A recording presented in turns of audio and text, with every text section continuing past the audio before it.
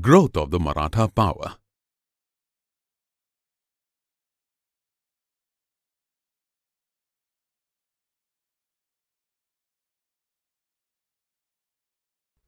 In this module, you will learn about the rise and growth of the Maratha power under the leadership of Shivaji, the life and achievements of Shivaji. The Marathas rose to power in the early 17th century.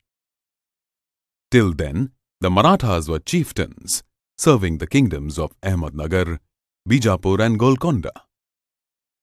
When these kingdoms grew weak, the Marathas declared themselves independent. The man who laid the foundation of the powerful Maratha kingdom was Shivaji Bhosale. Shivaji was born in 1627 AD. Shivaji's father, Shivaji Bhosale, was a high official in the kingdom of Bijapur. Shivaji's early life was shaped by his mother, Jijabai, and his tutor, Dadoji Kondev. Shivaji crowned himself king in 1674 AD. The coronation ceremony was held at Raigad. He took the title of Chhatrapati, meaning a king or ruler. At a young age, Shivaji gathered a small army with the help of the peasants from the Mughal region. He captured many forts near Pune using guerrilla warfare methods. The king of Bijapur was alarmed by the growing power of Shivaji. He sent an army under Afzal Khan to defeat the Marathas. Shivaji killed Afzal Khan and defeated the Bijapur army. Shivaji was considered a great threat by Aurangzeb. Aurangzeb sent Shaista Khan to capture Shivaji. Shivaji, along with some soldiers, entered the Mughal camp and wounded Shaista Khan and defeated the Mughal army. Shivaji then raided Surat and plundered it. Aurangzeb sent Raja Jai Singh to Deccan after he was alarmed with the growing power of Shivaji. Raja Jai Singh besieged the fort of Purandar. Seeing no way out, Shivaji signed a peace treaty called the Treaty of Purandar. In this treaty, Shivaji agreed to accept Aurangzeb as his overlord and pay him annual tribute. Surrender 23 forts to Aurangzeb. Meet Aurangzeb in his court. Shivaji went to the Mughal court to honor the treaty. Aurangzeb insulted Shivaji and put him under house arrest. Sources say Shivaji escaped by hiding in a basket filled with sweets and fruits. After the escape, Shivaji renewed his hostilities with the Mughals.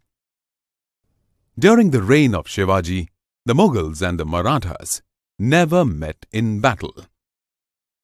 Shivaji strengthened his hold over the territories under his control. Shivaji died in 1680.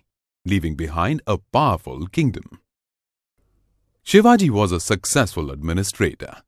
His council consisted of 8 ministers called the Ashtapradhan. Ashtapradhan is a Sanskrit word meaning the prime 8.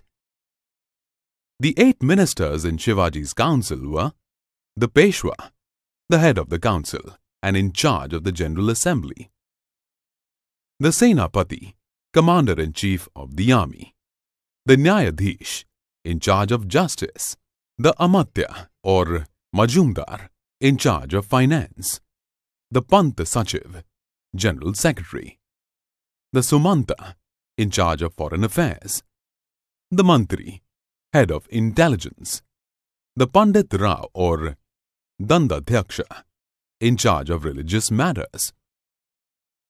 Shivaji established a good revenue system.